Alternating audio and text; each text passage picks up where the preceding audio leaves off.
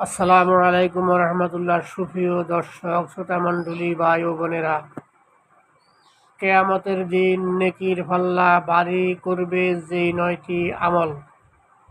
1 number, লা ইলাহা ইল্লাল্লাহ, 7 আসমান ও 7 জমিনের চেয়েও ভারী হবে।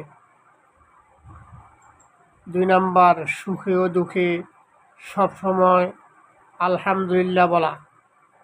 3 নাম্বার, সুবহানাল্লাহ বিহামদিহি সুবহানাল্লাহিল আযীম, জবানে হালকা কিন্তু মিজানের পাল্লায় অনেক ভারী।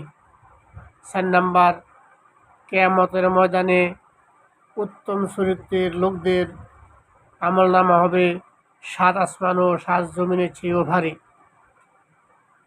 5 নাম্বার, নাবালক শিশুর মৃত্যুতে ধৈর্য ধারণ করা।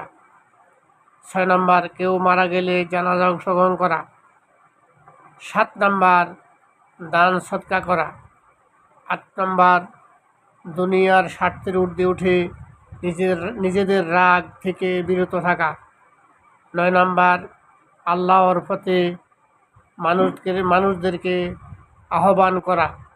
আল্লাহ আমাদেরকে এই 9টি আমল করার তৌফিক দান করুন।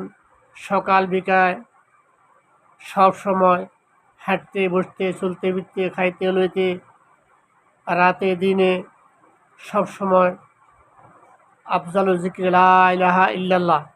এটা জিকিরের মধ্যে সবচেয়ে বড় জিকির।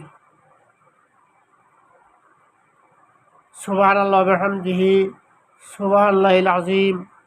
এই জিকিরটি যদিও পড়তে খুব সহজ, কিন্তু হাসরের ময়দানে মিজানের পাল্লা অনেক ভারী হয়ে যাবে। আল্লাহ আমাদেরকে সকাল বিকাল